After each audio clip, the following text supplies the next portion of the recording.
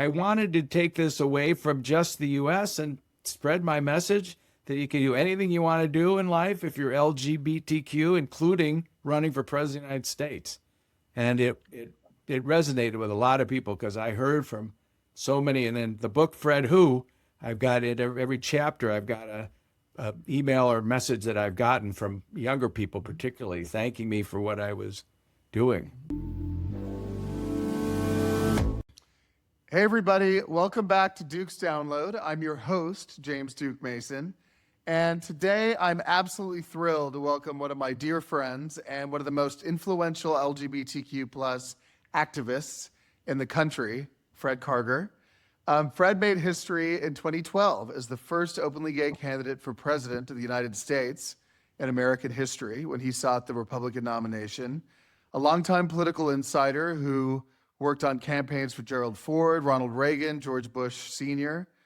Fred later turned his insider skills into powerhouse activism. He founded Californians Against Hate, led headline-making boycotts that cost anti-equality donors millions, took on the Mormon Church over Prop 8, fought to save the legendary Boom Boom Room in Laguna Beach, and has now shared his wild journey in 2 books, Fred Who, Political Insider to Outsider, and World's Greatest Crasher.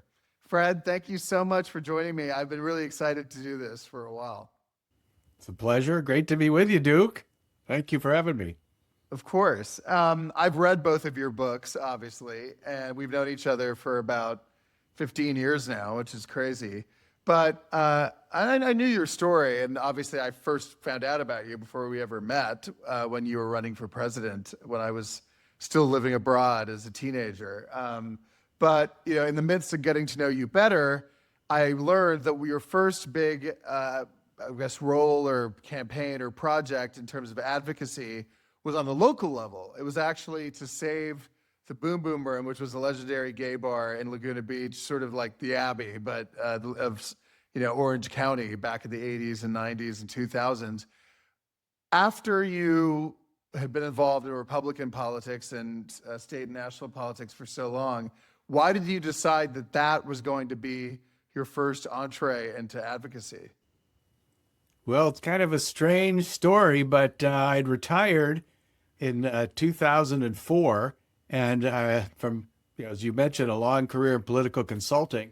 Wasn't sure what I was going to do. I was 53, and I said I want to do something significant, but I had no idea what that meant. And then ended up in Machu Picchu, Peru. It's kind of sacred spot.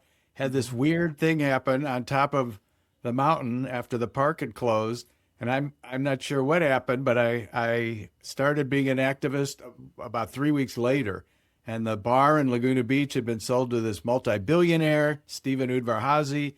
Nobody seemed to be concerned that he was going to close it and build a hotel. So I stepped up to the plate, brought my political skills with me, and organized an effort called Save the Boom. This is 2006.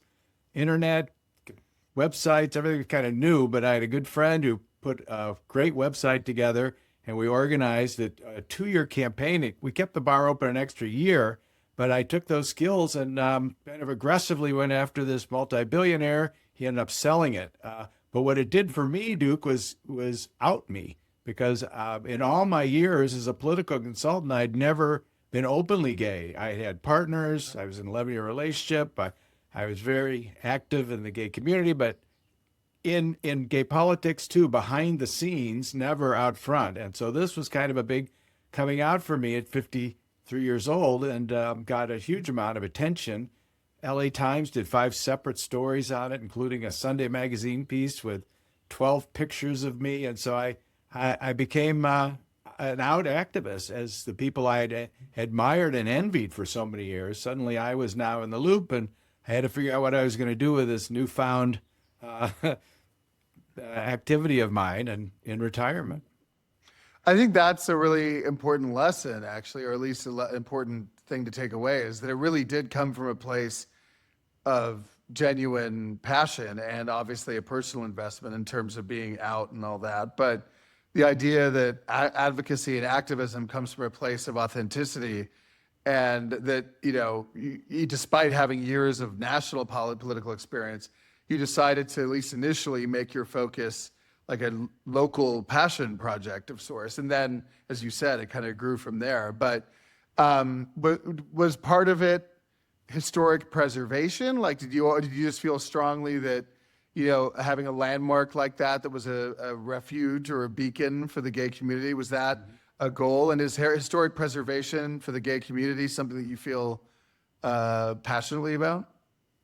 It turned into a little bit of that. We actually compared the Boom Boom Room to the Apollo Theater, which was pretentious, but it was, so there were similarities. And the state actually bailed out the Apollo Theater.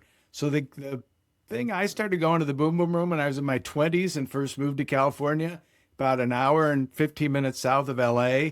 And as I mentioned, I wasn't out at all. So I was very paranoid to go out in Los Angeles. I might run into somebody I know, particularly as I got more involved in politics. But if you went about an hour and 15 minutes south, it was a much safer place. And many, many people from all over the world came there because it was a very comfortable place to go. And it was very fun. And Laguna Beach, those of you who don't know, it's just an amazing, beautiful beach town.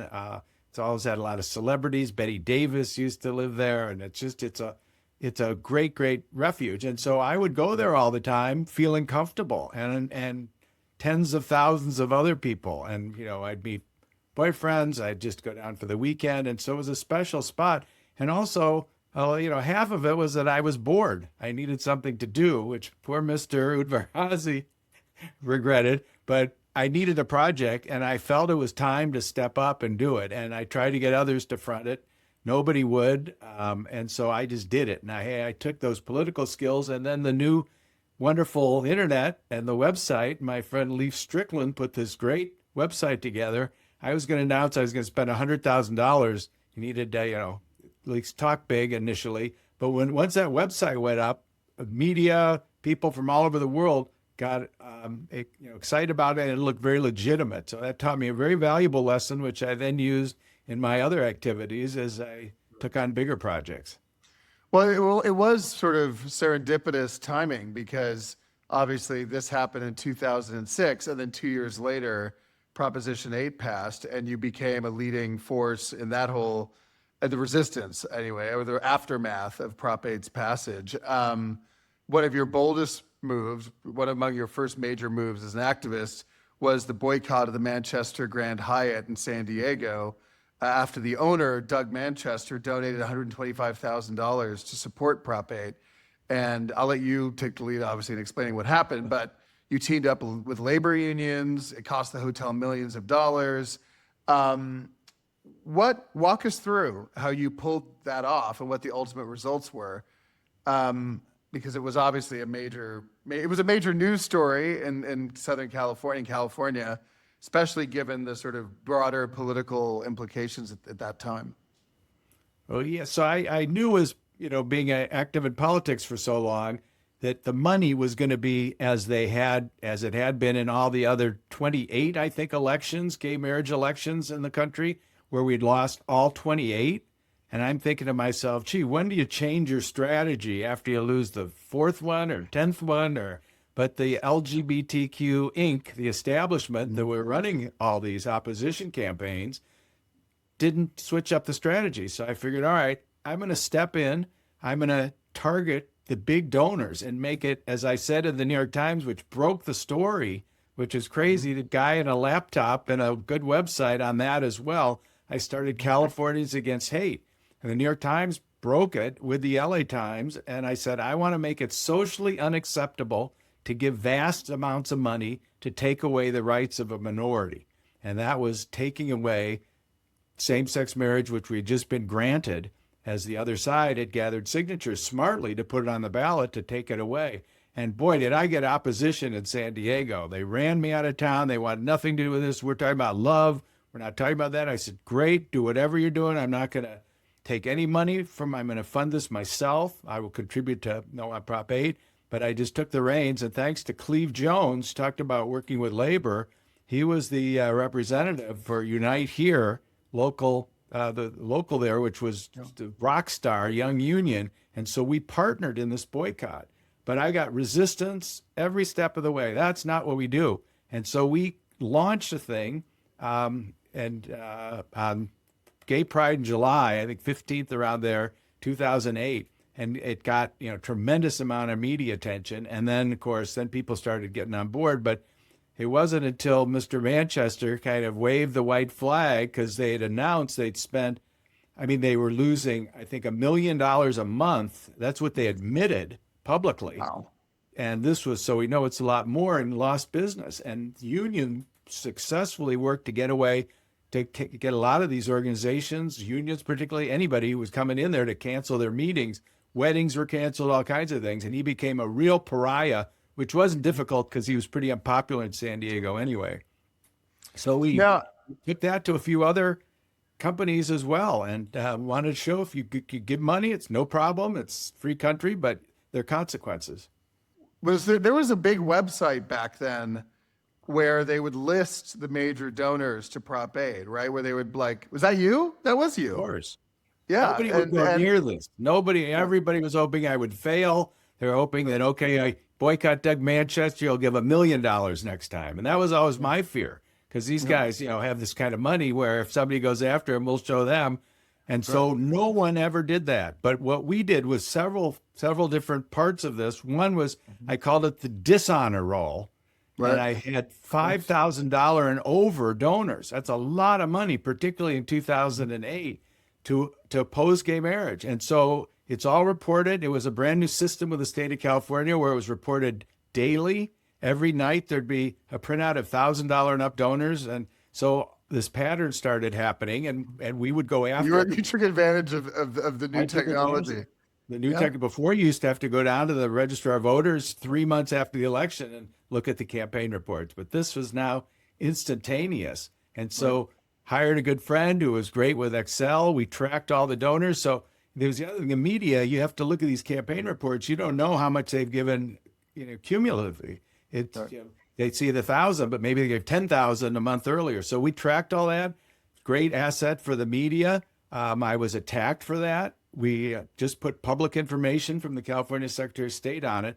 But the boycotts we did, and we did 4 during the campaign, very gutsy, because again, everybody I know was hoping I would fail, but I didn't. They all 3 of them settled, gave as much money as they gave to the yes on 8, to either the no on 8 or to LGBT organizations. And it was very successful. We had one holdout, but it kept the pressure on them. And then everything I did got press. And that was the weapon. And I knew that I was, of course, on the good side, and that the media would be much more supportive than these awful people who were, trying to take away marriage and everything else. Some real right-wing nuts, many of whom are in government now. So it was a very successful effort. And, I would negotiate with these people to get the money that they had given to the yes side to the no side. And that worked. And the idea was not just to humiliate and embarrass one individual, but to send a message to the donor community across the country through the New York Times and all these other, MSNBC, everybody, that if you give money, you may get the LGBT community to boycott your businesses. And that's what we did. We'd done that in 1978 with the Coors boycott, working with organized labor. And then because none of these organizations would do anything like this, that's not in their DNA, then I took up that mantle. There's so much to cover in terms of your advocacy and activism activities. So I'm going to try to summarize or truncate the whole Mormon church issue as much as I can. But you were obviously in the aftermath of Prop 8, one of the Mormon churches, in terms of their political apparatus, one of their main opponents and exposers because they've been going, invested in fighting gay marriage back to the 90s. And when it first was brought up as an issue when the Hawaii Supreme Court, was considering the issue, you exposed their massive behind the scenes funding and organization in terms of supporting Prop 8, when religious entities are not supposed to be involved in politics at all, officially or legally. You filed complaints in multiple states. You ran ads and Salt Park parodies, really exposing the Mormon church. What was your strategy, and what kind of impact did that pressure have? So I was looking at these campaign reports every night, and expecting, having worked in Republican politics, I'd know some of these donors to the Yes on Prop 8 campaign. Didn't recognize any names. All these new names I'd never heard of all over California started coming in. 5,000, 10,000. Dentists from Riverside giving $35,000. Insane amount of money to take away gay marriage. Well, Brian did some Googling, which was also new then. Well, they'd only given one political contribution in their life, to Mitt Romney for president, who's Mormon. They are a bishop in their Mormon church and wherever they lived. And this was starting to get for other states too. So it didn't take a rocket scientist to figure out what was going on, because money trickling in to something like, I think, $400,000 a day coming in. It was all Mormon money. So I had a big story about me and my boycotts in the Wall Street Journal. So I went to them, because that's, if you're going to get the business community to back away, that's your best source. So they did a wonderful story. Mark Schufz, who was a Pulitzer Prize winning reporter, did the story, the research. We worked closely with him and broke the story about the Mormon Church's involvement. And as I was told by the former head of PR for the Mormon Church, who's now come around to our side, that the church has never been the same since. Very sensitive to PR. So when I discovered that, I just went full on Fred Karger for the next 9 years to do everything I could to get them out of the gay marriage business, which I announced publicly. Did the animated series, ran ads, did all this stuff, spent a lot of money, a lot of time, I don't know, over 50, 60 trips to Utah. And when the marriage bill in the U.S. Senate came up, they announced that they were supporting that bill. And it was Romney, I think, and all the Mormons voted for it. I mean, it was a 180. And I was told by every Mormon, you don't understand, this is in our doctrine, this is never going to change. And I go, well, let's see. And so I held their feet to the fire and was successful. Now, of course, it's turning a little bit the other way, but they actually became an ally. And it's still a huge problem in the church. The acceptance of LGBTQ Mormons. The suicide rate in Utah, when I was working, was 6 times the teenage suicide rate of any other state. 6 times. So you imagine that, and all the attempt. It's an awful thing. The church is still very, very evil in how they treat their LGBTQ members. You had David Archuleta on. It was great to see that, and you got to see the personal effect on someone like that. And he was a celebrity within the church. So the average people in the Mormon church who are LGBTQ are their lives are ruined by that church. So I made it a personal cause. Nobody could figure it out. All these Mormons, ex-Mormons, what the hell am I doing? But I knew I had a cause, and I felt a real calling to take that on, and I did very aggressively. Got a lot of death threats, got subpoenaed by the Mormon Church twice in federal lawsuits. They were trying to ruin me, get me out of the business. But guess what? I'm sitting now, but I'm still standing.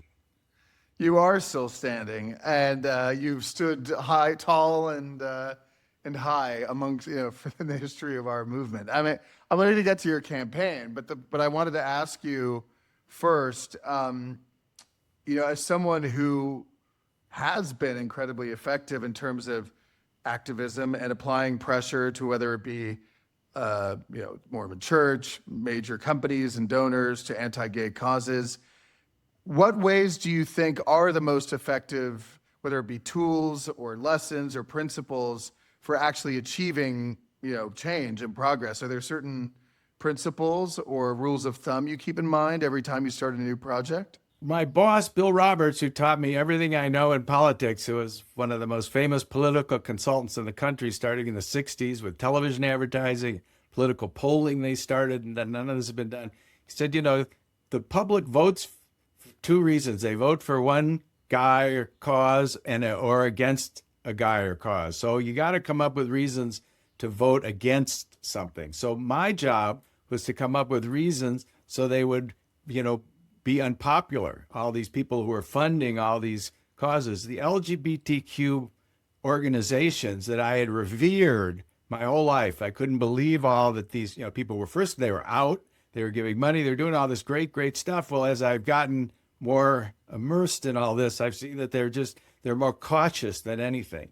Other than a brief period, 3 or 4 years when Chad Griffin was heading HRC, a political consultant, they were aggressive. Now they're just, selling merch and raising money. They don't really do anything because they're too cautious. And I understand they have boards and donors, and if you do something and piss somebody off, then people walk away. So they have to. That's what associations are notorious for, being cautious. So it takes an independent guy like me and my organizations, which wasn't just me. It grew after a while. Plus, I had consultants and lawyers and accountants, and I created somewhat of a big operation in production. We did a lot of great commercials.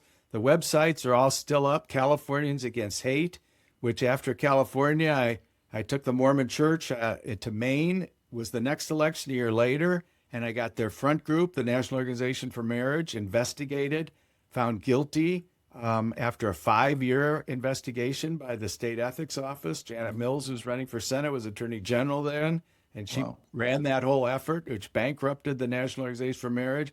So you got to be aggressive, and you often need independent groups. It's like campaigns might be nice, but they'll have a super PAC that will do the dirty work. And my firm and I used to specialize in the opposition research, and not just research, but then action against that, taking your findings and going up against those people.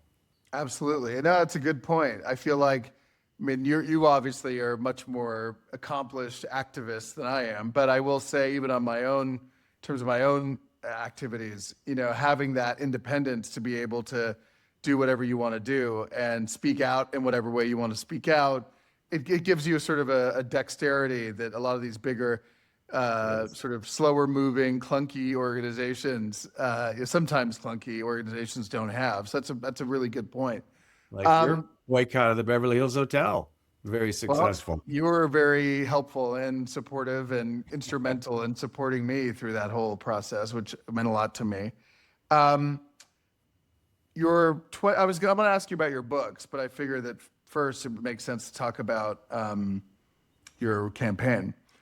Your 2012 presidential campaign, which changed my life in terms of, I vividly remember being 17, sitting in my bedroom in France, where I lived at the time with my parents, and seeing that you'd formed an exploratory committee. I'll never forget seeing it on the Advocate website, that news. But your campaign made you, and will forever make you, the first openly gay major party candidate for president in American history, period, full stop.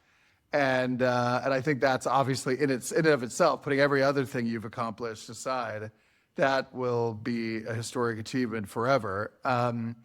But looking back, and this is also a question where there's so many different components to it, but I would say, in essence, in summary, what were the biggest sort of takeaways from that experience, and how did that experience change you and change your life? And I know it's kind of a big thing to sort of put into summary, but what were the main takeaways for you from that whole experience?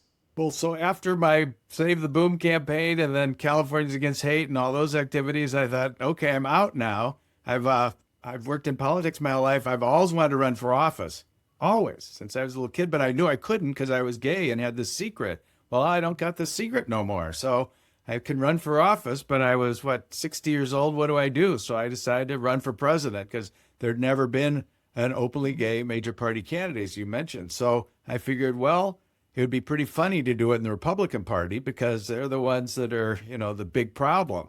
And I have very good Republican credentials going back for many years, always on the more moderate side, but I worked for Reagan and H.W. Bush. And so I decided to step it up, and I did an exploratory trip to D.C., met with a Victory Fund and HRC and Public Women for Choice, a bunch of people who were kind of, in shock and disbelief.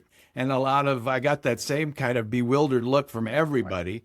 But then I went to New Hampshire and I spoke to a group of LGBTQ kids at this Gay Straight Alliance at the University of New Hampshire in Dover. And I just got this unbelievable response. And I remember seeing that footage. I got kind of emotional watching it because it was you were, we both love Pete Buttigieg, but, people forget the world America was very different even 15 years ago. And so I remember seeing that footage, I think in the Fred documentary, which the poster of which is behind you, which I was honored to be interviewed for as well. But not to interrupt, but I remember seeing that footage, and it's true. For people like me who had been interested in politics for so long, you really took something that was like an abstract idea that a lot of people had, I don't think a lot of people had even really thought of the possibility, really, in terms of a real credible candidate. And you made it a reality, which I think is, and so I remember that footage of seeing these students who, it was almost like seeing something that they dreamed of or only imagined, actually brought to reality. They gave me the green light because I was pretty much decided against it at that point after New York and DC trips. And I spent a week in New Hampshire, and it looked like just, an impossible mountain to climb. I've never run for office before. I certainly know politics, but I'm not a billionaire. And so it was going to be an uphill battle. Number one, to be taken seriously, because, they get a lot of kooks that run for president. Not that I'm not a kook, but I ran a very serious campaign, and I patterned it after Shirley Chisholm's campaign, who ran in 1972 as the first African-American to run for president. And she was just very distinguished always and articulate and polite. And it was just kind of a good blueprint for me. And I, of course, revered her, remembered her. I was involved in that 72 campaign, not on hers, and so it was something that I just kind of carried through and built momentum and, baby steps, but we got a few big breaks. We got the Washington Post called me after we'd had an event in DC and wanted to come up to New Hampshire and cover the campaign for 3 days. This is when the Washington Post kind of ruled the world. And a reporter named Dan Zach came up, and every night after this, we put these 3 days together, the full-on campaign schedules, town hall meetings, and a lot of media. And he was just passed out in the back seat of the car, tired. We wore him out. But he wrote a wonderful story, and that did two things. It got a lot of national attention, other media interested, but even more importantly, New Hampshire, where they weren't quite sure what to make of me, I suddenly became very serious, because everywhere we'd go, and it's a small state, he'd introduce himself, Dan Zach, Washington Post. What do you think of this? He asked, and so the word of the Washington Post covering me got around in a hurry, and boy, did that change everything for me. I ended up in the primary, which we had another month that we should have had, I would have done better, but I did end up beating this Congresswoman, Michelle Bachmann, who was my goal, Hendrik Santorum, the two most homophobic people running that year. I don't know who was worse. They're both just awful. And so I made a headway, got on the next ballot in Michigan, which was great, and spent a month there campaigning, hired a staff there, traveled all over, then Maryland, and ended up going to Puerto Rico. That primary beat Ron Paul, who's a congressman who had run 4 years earlier, raised $40 million in every debate. I got more votes than he did, which was a big upset and got me a lot of press, and then ended up in California on my home state ballot, thanks to Mark Leno, a state senator, convinced the Secretary of State to put me on, and then ended up in Utah. Romney versus Karger. I was the last candidate standing against him in in a Mormon state, a Mormon candidate, and I took on the church very aggressively, which got me in bad stead with the LGBT community there, because the study had just come out. I mentioned it's 6 times the attempted suicide rate in Utah, and I did a really graphic commercial about that and appealed to the church president to meet with me to try and figure something out. Of course, they laughed me out of the state, but I made a huge impact. And little things like had our Southern Utah coordinator set up an interview with, it's called the St. George Spectrum, and that's 99.9% Mormon in Southern Utah. She'd been working as an activist just to get this newspaper there, the main paper, to print the word gay, which they'd never done. Well, guess what? When I did an interview with them, I was front page news, gay candidate campaigning in Utah. And so it became, little things like that really broke through for people who, like when I was like you, a political junkie in high school, would see something like that. It would just have a huge impact on me. And that's what kept me motivated going for 2.5 years full time, where the feedback I got from so many people. And I thought younger people, but I hear from them 80-year-old who said, I've been closeted my whole life. I was married to a woman, have kids, but now I feel comfortable in coming out and living my life. So it really was a roller coaster for me emotionally and exhausting, but it was something that I felt needed to be done. And of course, you mentioned then Pete Buttigieg, 8 years later, whom I met actually just about, 7 years ago last month. And came very close, fully supported, endorsed him, been very active in his campaign. And we have kind of this strange bond because we're the only two. And, he took it to the moon. Couldn't get a better candidate. So I'm very honored to pass the baton to Pete Buttigieg, who I'm looking forward to working for 2 more years. There's that great inscription that Pete wrote to you in his book, what was his book called? I forgot, but he wrote an inscription to you basically saying, "Thank you, Fred, for paving the way." And I mean, that's true. You guys are the only two, basically, or not basically, literally, ever. So you run. Well, we'll see. Hey, obviously politics has always been my passion, so we'll see what the future holds. But no, I mean, I think it's important for the record to say that, you ran an incredibly credible campaign. I mean, you were on David Frost, one of the most legendary reporters of all time, interviewed you. Rachel Maddow interviewed you. Washington Post covered you. Say that again? Many times. No, I've got literally thousands of interviews and a lot of international. And what the hell are you talking to the main magazine in Germany for? They're no American voters. I said, well, this message and why I'm running is for this worldwide effort. So some kid in Hamburg can see that there's a gay candidate running for president. It's just hugely empowering. I was in France, and I saw that headline. It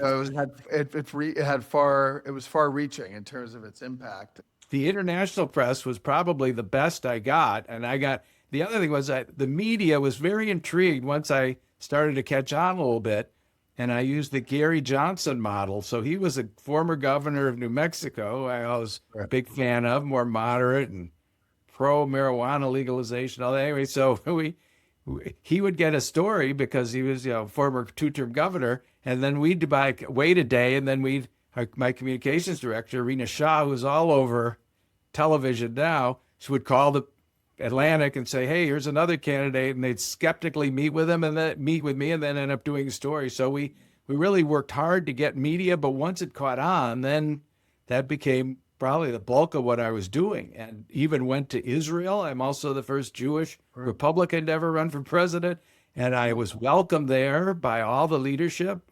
Huge front page story in the Jerusalem Post. Very religious. Did you meet with the defense minister or something like that? That was the former ambassador, the minister of defense. Several of the members of the Knesset, including the first openly gay member, and then went to London, and I appeared on the David Sacker, or not David Sacker. It's kind of Meet the Press on steroids. Can't think of the name of the show, but it's their big talk show. And he's a tough interviewer. So I wanted to take this away from just the U.S. and spread my message that you can do anything you want to do in life if you're LGBTQ, including running for president of the United States. And it resonated with a lot of people because I heard from so many. And in the book, Fred Who, I've got it every chapter. I've got a email or message that I've gotten from younger people, particularly thanking me for what I was doing. Well, you've written 2 books, one of which was about your life and about your campaign. First book is called Fred Who. The second book is called World's Greatest Crasher. What made you decide to write each one? And what do you hope readers, especially younger LGBTQ folks, take away from them? I put a checklist together when I decided to run for president, and the stars kind of aligned. And one of the things you have to do is to write your memoir, and you're seeing that, in spades going. Gavin Newsom's thing. I mean, every presidential candidate has to write a memoir. It's just part of the checklist. So, of course, I did, but not being much of a writer, I don't even like writing thank you notes. I did. I brought on a good friend of mine who'd written several prominent stories, including James Baker III's memoir, head of the Southern Poverty Law Centers. So he was a natural, grew up to a block from each other, brilliant guy, Yale, University of Chicago Law School. So he wrote this wonderful memoir telling my story and, the difficulty I had, the scares, the blackmail attempts, the whole bit. So it's a great story, and it's more of a, personal story, gets into the campaign a little bit. And then the second book was because I was also anointed the world's greatest crasher by this Canadian lifestyle blog. I figured I better tell those stories too. And it also gave me a little purpose during the pandemic to work on that. I worked on that with a very good co-writer as well. And by crasher, we should clarify. We would have to go into it too much. I mean, not that I would mind, but we have limited time. But just for people who don't know, Fred is you should read the book. It's great, but there's great videos on YouTube, interviews he's done. But talking about how he literally is the greatest party crasher ever.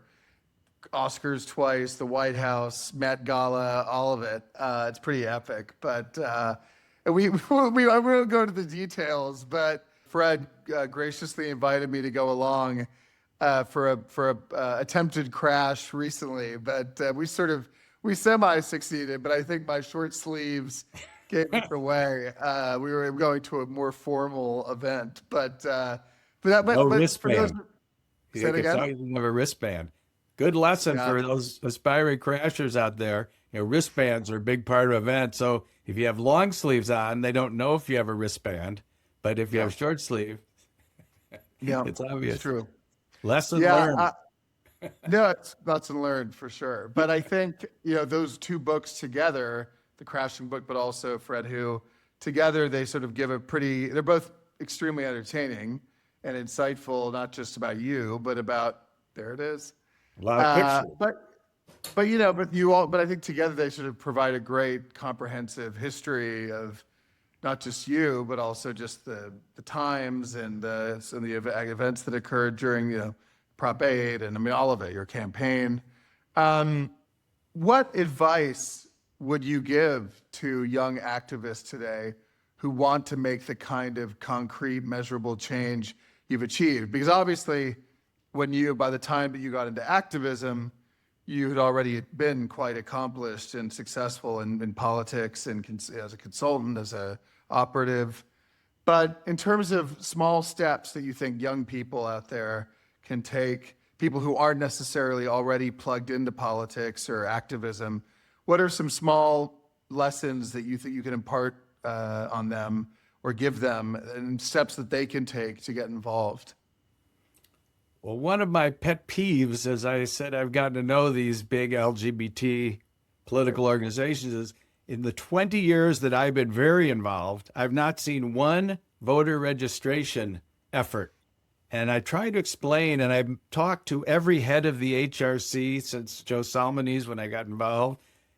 The way you win elections is by getting more votes for the other side. But, they're doing a million other things. And the thing with HRC, they go to the gay prides, hundreds of them every year, all over the country. And they have booths and they have all the merchandise and stuff. Not one, tablet to register to vote. It's very easy now. But we need younger people to take that mantle. They get all these organizations started up. Oh, we're going to take back the house, and they're gone in a year or something. But if there was a real concerted voter registration effort, you go to West Hollywood Pride, even to other prides. I've been to dozens of prides.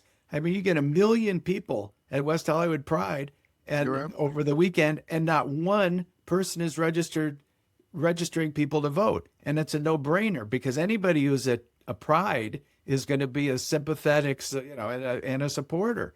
So why they don't do that? Because people move, so they need to re-register. It's very easy now, but a lot of people don't bother. And so you got to do that. So my advice to younger people would be to start doing that. And you could just take your tablet and do it, or your phone, or get paper from the registrar, or print stuff out online, and just sign up voters at LGBT events.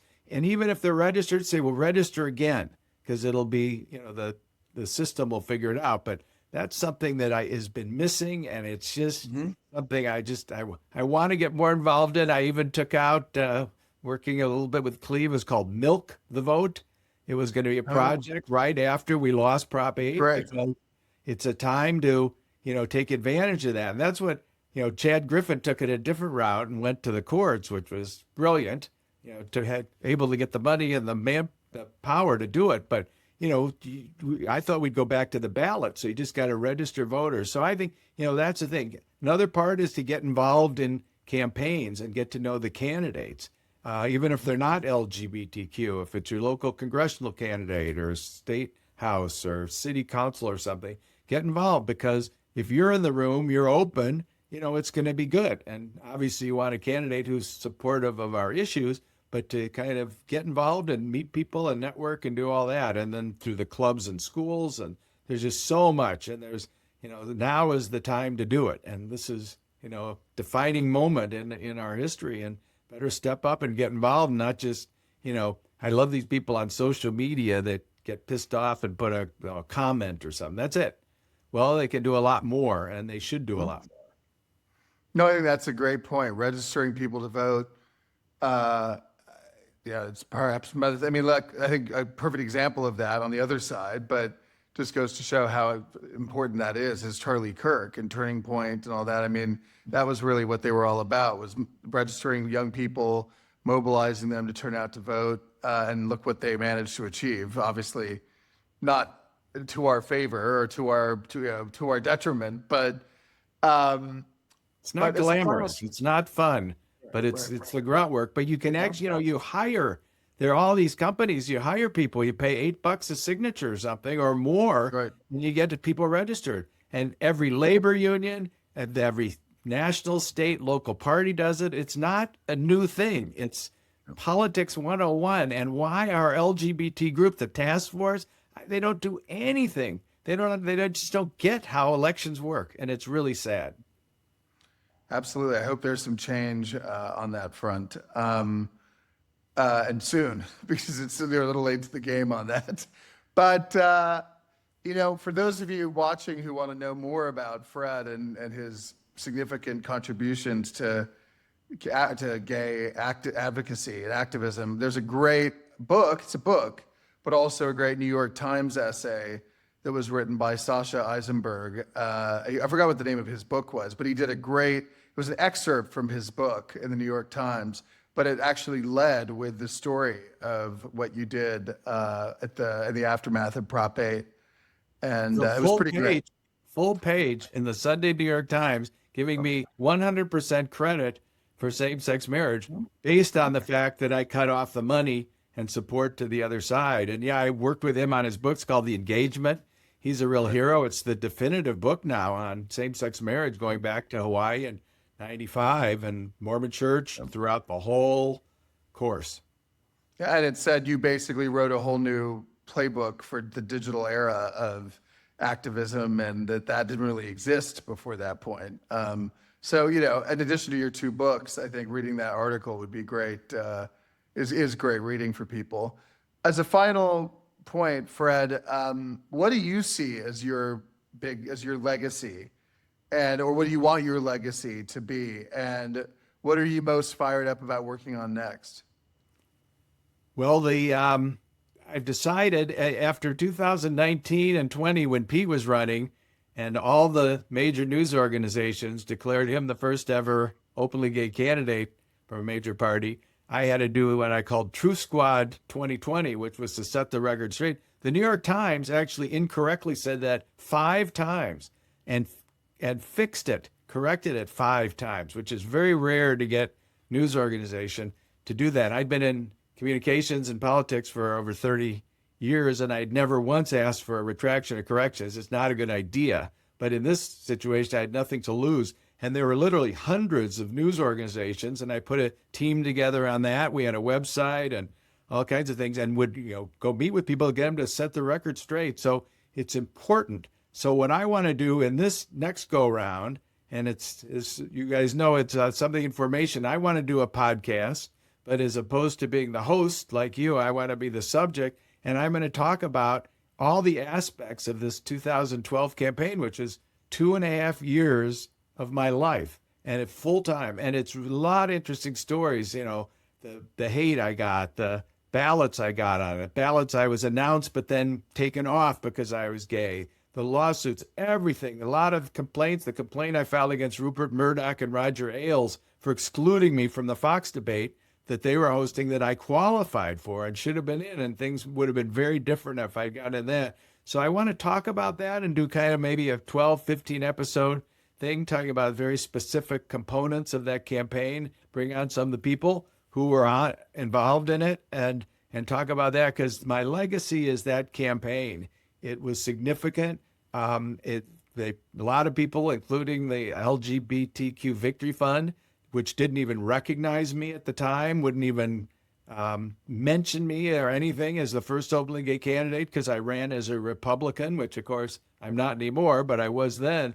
And so, but even then, you were a liberal Republican. It wasn't like trying you were to change the and you were in a way you were doing sort of in a shouldn't even make this comparison, but sort of doing in a way doing what Trump, not for the same end to the same end, but sort of running as an insurgent inside the party, trying to change the party and change the party. At the time, it was still like a very, religious right-oriented party where, it was about being anti-abortion, anti-gay marriage, and you were actually trying to take it back to like the Rockefeller liberal Republican roots. So, but yeah, just because you were a Republican, they wrote you off, which I think is really worse. They actually, but it doesn't take away from in the end, I think history will record, it definitely will record. You got to fight for it. Right. You have to fight for it, because otherwise it's erased, and they want to erase it. After like 10 years and my berating of their Anise Parker, their head of the Victory Fund, they put one sentence on their website under the year 2012. One sentence, that's it. So I think, most African Americans who run for office know that Shirley Chisholm was the first. Jesse Jackson was the second African American candidate to run. But as far as the LGBT organizations and a lot of media, they would just as soon erase that. They loved my activism. I was in the New York Times all the time. Not one story on my campaign. CNN never covered my campaign.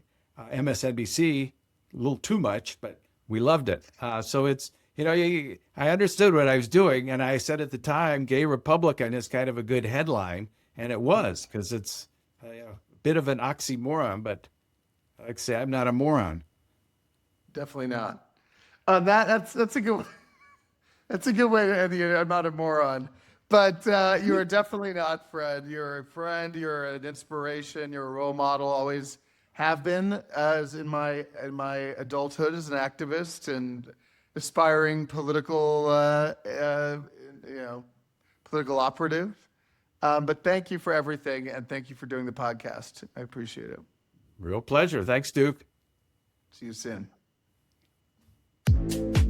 Thank you for joining me today on Duke's Download. This podcast is part of Pride House Media, hosted by me, Duke Mason, and produced and edited by Josh Rosenzweig. Original music composed by Nell Balaban. If you enjoyed this episode, please subscribe wherever you listen to podcasts. And while you're there, leave us a rating and review. It really helps others to discover the show. I'd love to stay connected with you, so join the conversation by following me at James Duke Mason on Instagram and X, or by emailing me at questions@dukesdownload.com.